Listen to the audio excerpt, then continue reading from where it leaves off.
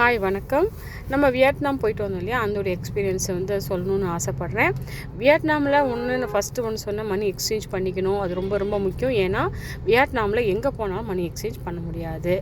அப்படியே நீங்கள் உள்ளே போயிட்டீங்க, நான் பண்ண முடியல, ஏர்போர்ட்டில் பண்ண முடியல அப்படின்னு நினச்சிங்கன்னா, நம்ம இந்தியன் ரெஸ்டாரண்ட்டில் போனீங்கன்னா கண்டிப்பாக நம்ம மக்கள் நமக்காக உதவி செய்வாங்க. அவங்க உடனே மணியை இது பண்ணிக்கிட்டு நமக்கு அவங்க ரூபாயை நமக்கு கொடுத்து ஹெல்ப் பண்ணுறாங்க. ஏன்னா எனக்கு அப்படி தான் ஹெல்ப் பண்ணாங்க. ஸோ ரெண்டாவது பார்த்திங்கன்னா, லாங்குவேஜ் ரொம்ப ரொம்ப ரொம்ப ரொம்ப கஷ்டமான ஒரு விஷயம். கண்டிப்பாக நீங்கள் அங்கே இருக்க மக்கள்கிட்ட லாங்குவேஜில் பேச முடியாது.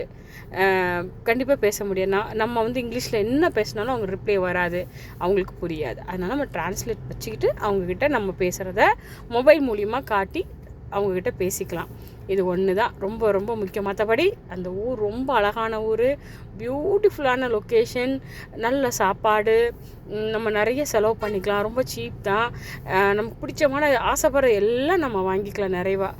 யூரோப் மாதிரி பயங்கர எக்ஸ்பென்சிவ் கிடையாது கட்டாயமாக. நம்ம ஆவரேஜாக நம்ம இந்தியன் மணி மாதிரி தான் நான் ஃபீல் பண்ணுறேன். ரொம்ப ஒன்றும் பெருசாக தெரியல. ரொம்ப ஹாப்பியாக இருந்துச்சுங்க, ரொம்ப ரொம்ப ஹாப்பியாக இருந்துச்சு. வியட்நாம் டூர் ரொம்ப பியூட்டிஃபுல்லான பிளேஸு.